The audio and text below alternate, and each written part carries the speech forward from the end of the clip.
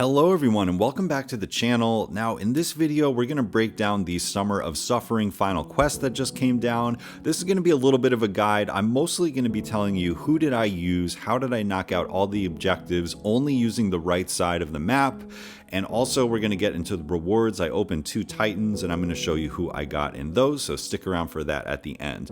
So bottom line for me, I did not want to have to fight this Photon. Listen, I know how to fight Photon in Battlegrounds. I've gotten a lot better with her.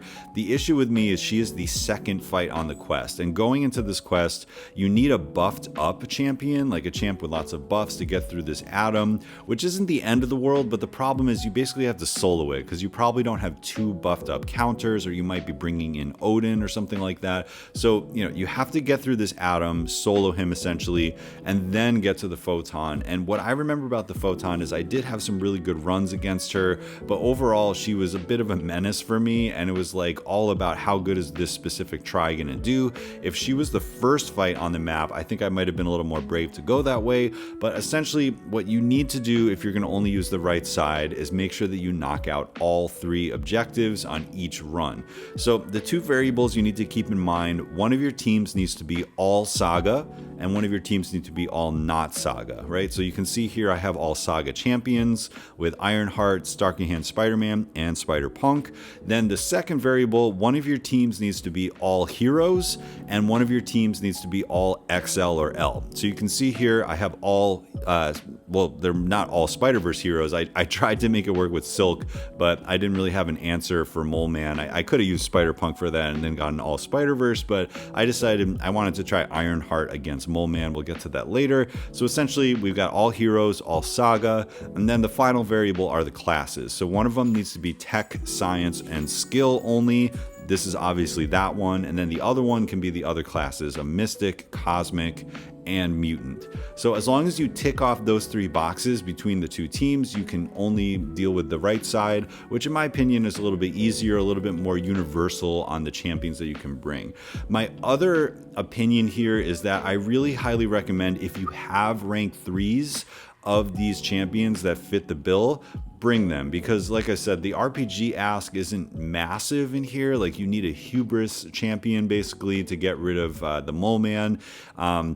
You don't want like a massive cosmic with a lot of unique buffs to get rid of the iDoom. But the first 2 fights on the right side, you can almost do with everyone. If you have a rank 3 amount of health pool, you don't even really need poison immune for the Toad if you play carefully. So in my opinion, the way that this content is scaled, rank 3s are very, very powerful, and you should really highly consider using them in order to get through this content. So with that, let's go fight by fight on my first team.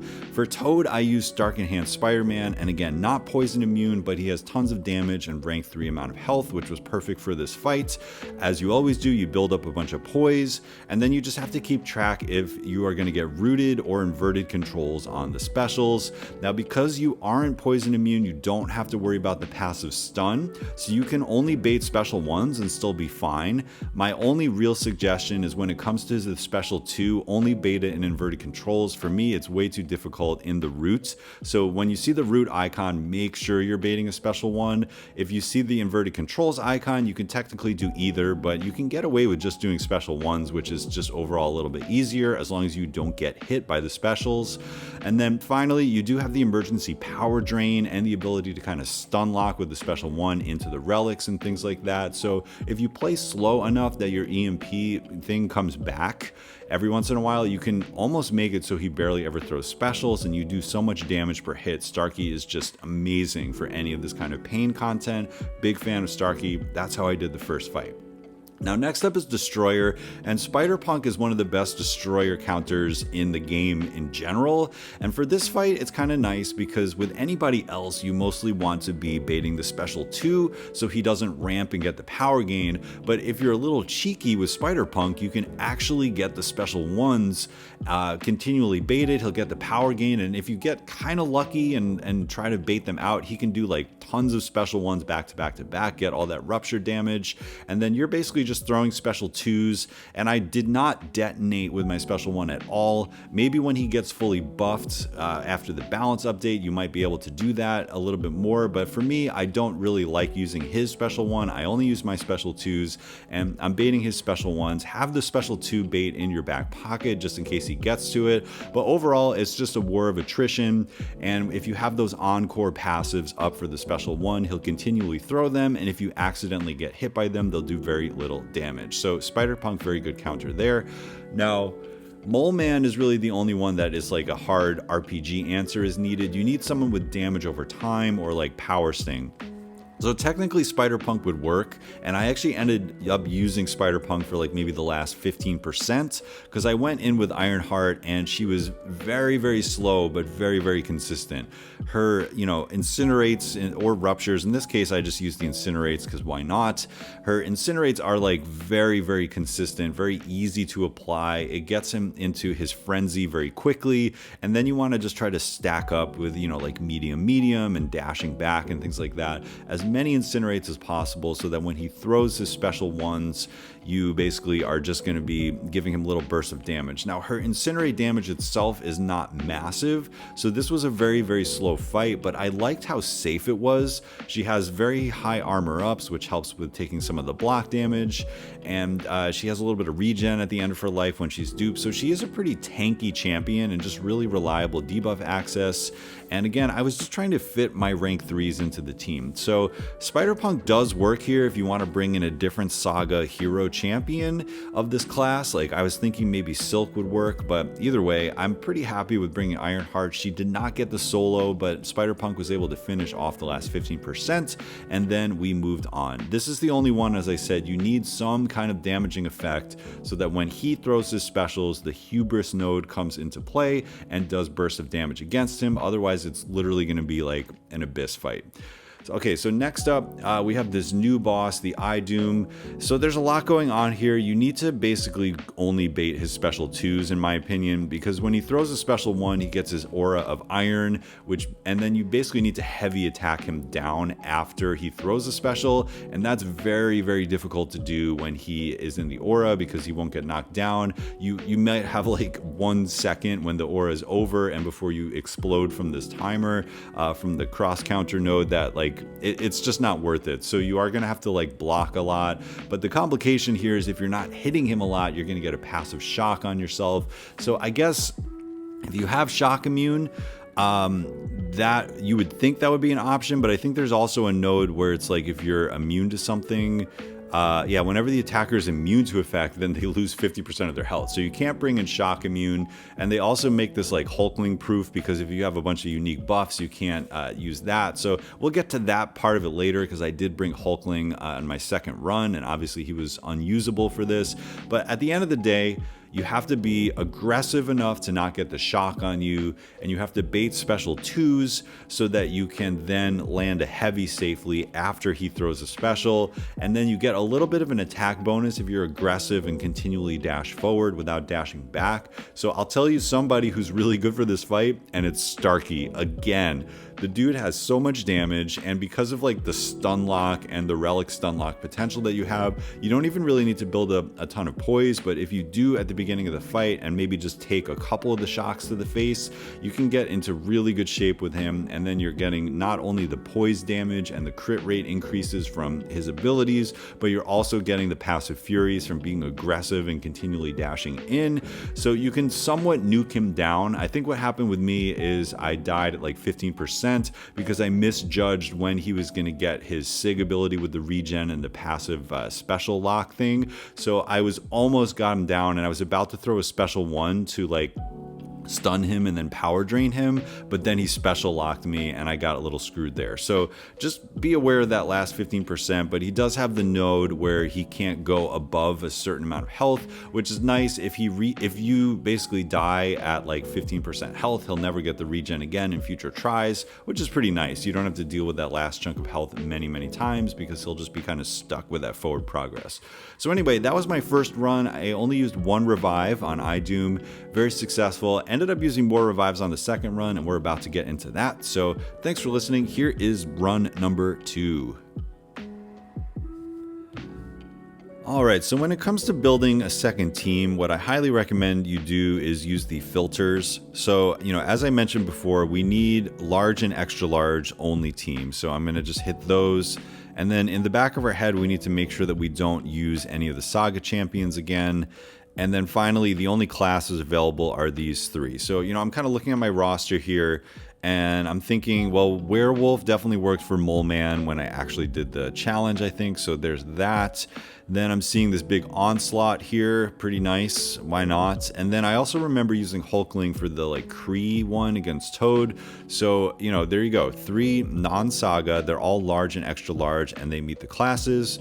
You can do a similar thing on your roster as you're planning, so I highly recommend your first run, do one that you're super comfortable with champs that you know how to use, that you really like, and then just see who's left that matches those other 3 parameters, and then you get in. So with that, let's go over how these fights differed with these champions. They're mostly the same strategies. I'll just say for Toad, this time we used a poison immune with Hulkling, and the things you have to worry about, if you corner Toad, then he's just going to be gaining tons of prowess and you're going to get stunned. Anytime he gets 10 prowess, you will get stunned if you're poison immune. So there's a couple ways to deal with that. They have an invalidate prowess mechanic when you intercept. So if you are comfortable landing intercepts, you can still kind of play normally and get rid of the prowess that way. But the safest way to do it is to basically bait the special 2 as often as you can, which for me was anytime it was inverted controls. As I mentioned before, special 2 in root is bad times for me personally. Certainly you could practice it and get it down. But with Hulkling, I mostly was bait the special 1 while rooted, bait the special 2 while inverted controls. If I can land intercepts, great. And then mostly it was just about trying to nail the normal damage loop for Hulkling, get into the unblockable with 4 aptitude, throw the special 2, and then try to follow up as much as I can when I have those 2 furies. The only thing you have to worry about is again, if you're cornered, if you're being too aggressive, then you're going to build up the prowess and it's going to be a bad time. So you do need to kind of start your damage loop from as far left on the screen as possible. So overall, Hulkling's pretty good there. If you wanted to use power back boost, you definitely could, just to make it go faster. But yeah, he makes this fight pretty easy, and you might as well, I just needed a poison immune that fit these tags, and he was the best one that I had, so there you go. Now for Destroyer, I actually used Werewolf. And Werewolf worked really well, but unlike Spider-Punk, the strategy here is only bait special 2s, right? Because the special 1s will ramp him up and get him into his power gain phase, and the power comes so quickly without a taunt or some ability to influence him to throw the specials. You could get in a little bit of trouble, and he's likely to go red. Even if you're playing super open trying to bait those specials, he's gonna go red. So if you get that special 2 dex down, which most of us did during the first week of this when he came out, I think you're in pretty good shape. So, Werewolf is slow but steady. You are throwing specials, you're getting power gain, you're getting a little bit of regen and tankiness, you get some extra openings with your unblockable and unstoppable, and it's mostly just about, holding block, pushing him to his special 2, and getting into your curse of lycanthropy and just going for it with your specials and lots of rupture damage. There's nothing stopping these ruptures from doing full damage and the burst damage against this guy, so just have a good time. Werewolf is rank 3, like I mentioned before.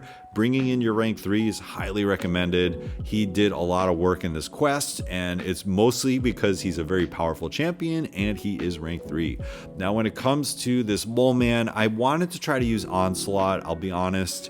And the problem is you can't really easily get to your special 2 because it has the Plagued Mind node, which keeps draining your power.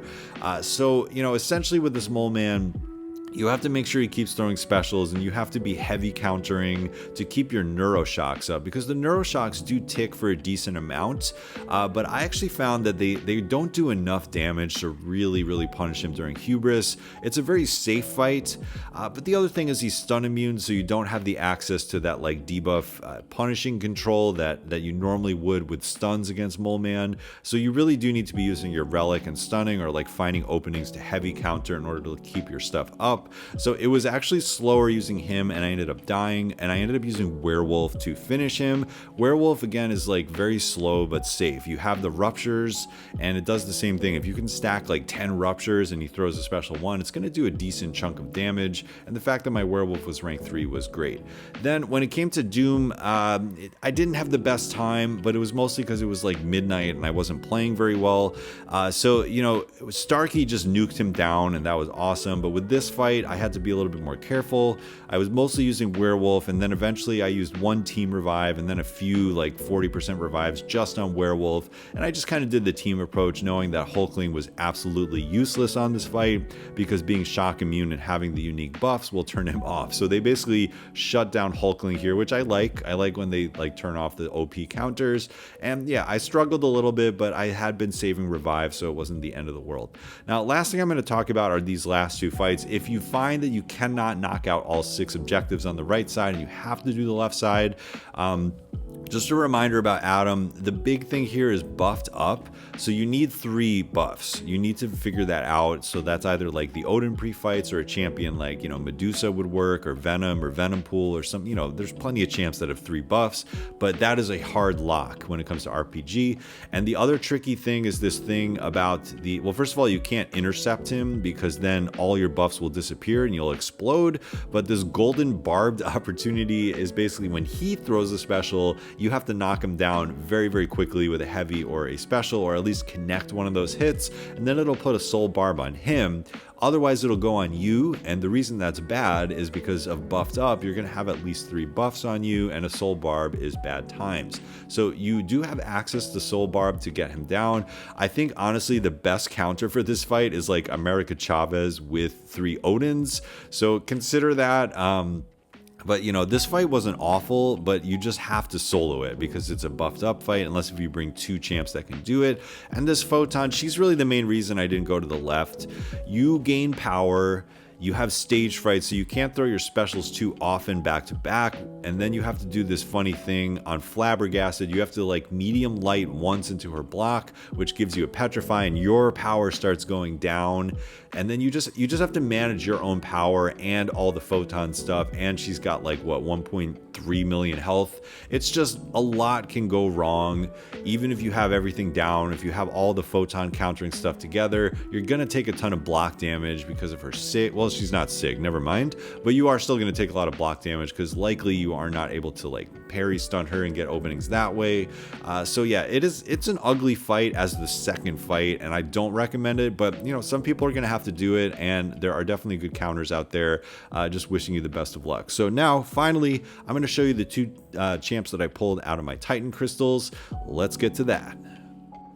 Alright, now because I'm kind of an idiot, I don't record my crystal openings anymore. I'm always expecting to not get something good, but I had saved up 1 Titan and I had like 25k, and then I was able to form another one. So I'm going to pretend this is the opening. I'm not going to like react to it, but I'm going to do a slow reveal, and we can see here my first Titan was Enchantress.